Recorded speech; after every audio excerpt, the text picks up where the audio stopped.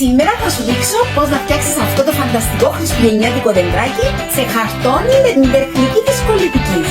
Είναι εύκολο, διασκεδαστικό και ιδανικό για να το φτιάξεις με τα παιδιά σου αυτές τις μέρες. Πάμε να σου δείξω!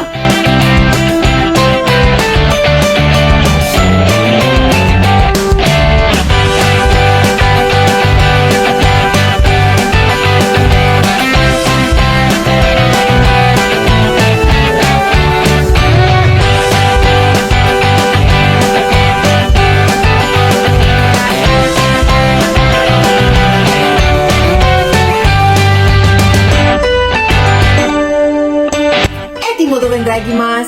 Ιδανικό για να στολίσει το σπίτι μας ή να το προσφέρουμε ως δώρο. Τι λες, θα το φτιάξεις με τα παιδιά σου αυτές τις γιορτές?